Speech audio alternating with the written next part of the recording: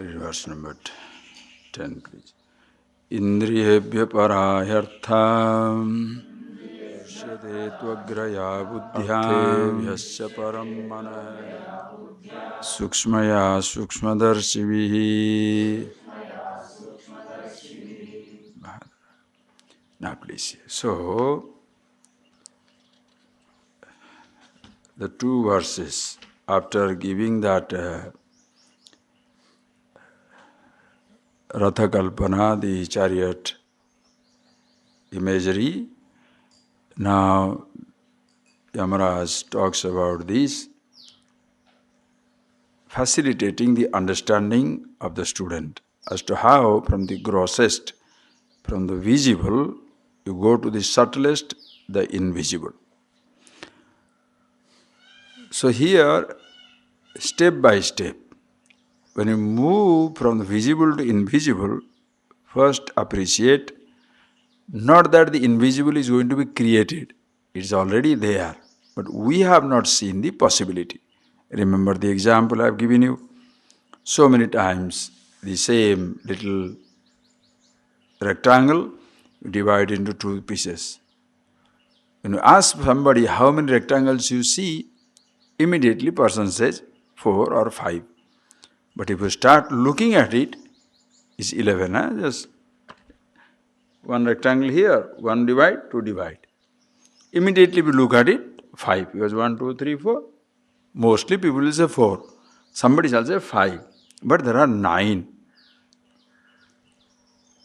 That there is 1, 2, 3, 4, this one 5, 6, 7, 8, 9. So when you are not seeing 9, think of it, when you are not seeing 9, that does not mean 9 doesn't exist. So you don't see the infinity, that does not mean infinity doesn't exist. Are you getting that point, please? At this moment, you are not seeing it. So what the teacher does, what the scriptures do is, they show you the possibility which is already existing. So teacher is not creating a truth. Scripture is not creating a truth. It's already existing. Now when it is already existing, it's already yourself existing, it is already yourself. So what is the question of telling the person that he cannot understand? Because it is himself. Yet, why is it so the person doesn't understand? Because yastu abhigyanavan sarathi amanaska sada asuchi. Who is the person? That sarathi, that charioteer, who is abhigyanavan, doesn't have the discrimination. Such a person, amanaska, mindless, doesn't know how to handle his thoughts, sada asuchi, always with wrong conclusions. Such a person, na tadapadamapnoti, he doesn't see it. Even though it is himself, he doesn't see it.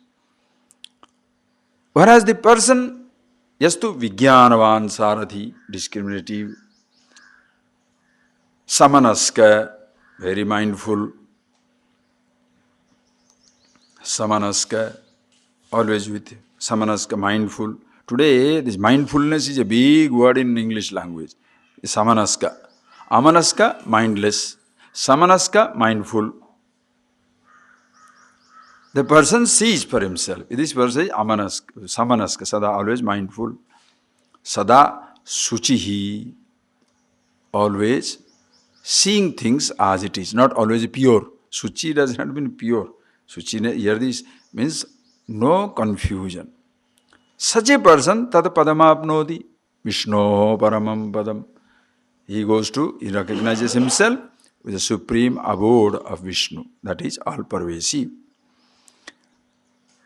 So there is no question of your not seeing the truth of it. So what the teacher does is, just shows you the possibility which you are missing out.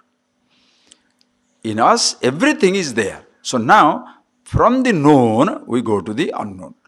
Indriya, sense organs, subtler than sense organ is this vast sense-subject world. Subtler than the vast sense-subject world is manaha, your thoughts. But because of your thought, the world gains a reality. Subtler than your thoughts is your I thought. One is, the other is. When the one is not, the other is, that becomes subtler. Both thing. This is a start at the level of the sense organ, the world. Not that even the sense organ doesn't exist, world disappears. Not the world disappears, no sensor doesn't exist. It's not. That's a beginning point. But thereafter you see, the thought is, the world is. Even the thought is not, the world is. But the world doesn't make it subtle. Why? Because the thought is subtle, intangible, invisible. Sukshma. It is within yourself. That is gross, this is subtle. Then thoughts are, I thought is. When the thoughts are not, still the I thought. Owning of the silence. I thought is, the total mind also is. That is where you go into Ishvara concept. Hiranyagarbha, Antaryami, total mind, in which individual gone. Individual can cease to exist, totality continues. The total mind goes to total sleep, pralaya. The total mind, Ishvara.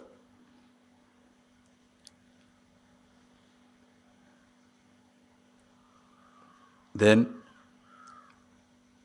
Chetana, consciousness. Abhyaktat Purushapara. Other than this Abhyakta where everything remains unmanifest, consciousness.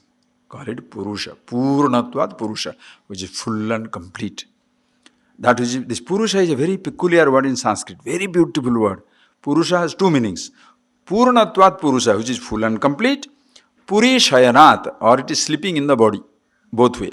It at once describes two things, the all-pervasiveness as well as the presence in the body.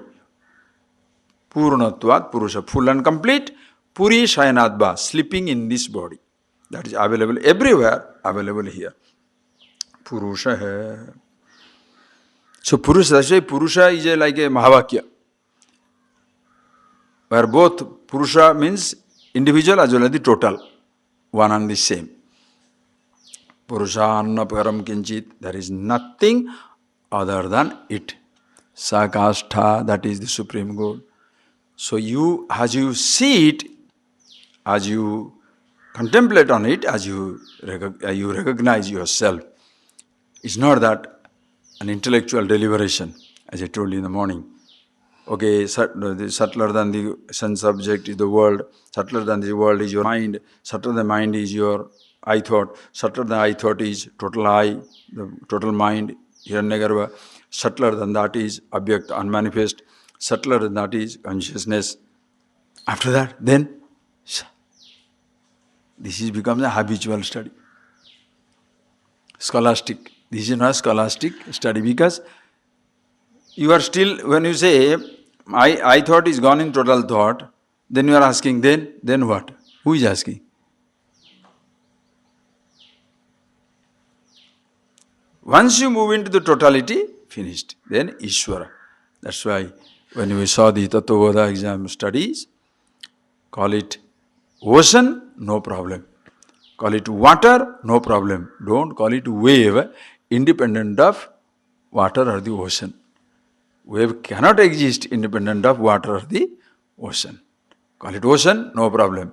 Call it water, no problem. Call it Brahma, Purusha, Nirguna Brahma, no problem.